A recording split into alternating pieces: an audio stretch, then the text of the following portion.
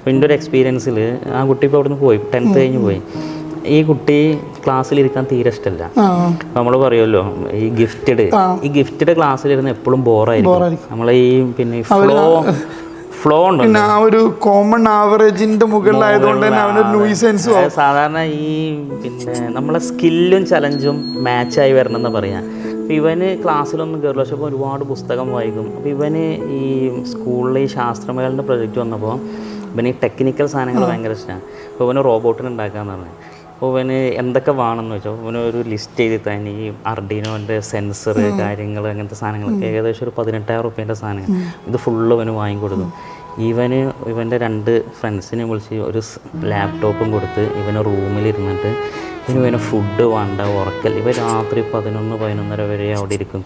ക്ലാസ്സിൽ നമ്മളൊരു എക്സംഷൻ കൊടുത്ത് എന്നിട്ട് റോബോട്ടിന് ഉണ്ടാക്കണം, പക്ഷേ പുറത്തുനിന്നൊരു സപ്പോർട്ടും കൊടുത്തിട്ടില്ല. അപ്പോൾ ഇങ്ങനെ കുട്ടികൾക്ക് ഒരു എക്സ്പോഷർ കൊടുക്കാൻ പറ്റിയ ആ കുട്ടികൾക്ക് ഇൻഡിവിജ്വൽ ടേസ്റ്റിനൊക്കെ റെസ്പെക്ട് ചെയ്ത് പക്ഷേ ഇതൊക്കെ നമുക്കൊരു എക്സെപ്ഷണൽ കേസ് പറ്റുള്ളൂ. ശരിക്കും എല്ലാവർക്കും ഇങ്ങനെ ഒരു സാധനമാണ് കൊടുക്കേണ്ടത്. പക്ഷെ നമ്മൾ നേരത്തെ പറഞ്ഞ എക്സാം അവിടെ ഉള്ളതുകൊണ്ട് നമുക്ക് എപ്പോഴും പ്രശ്നമാണ്.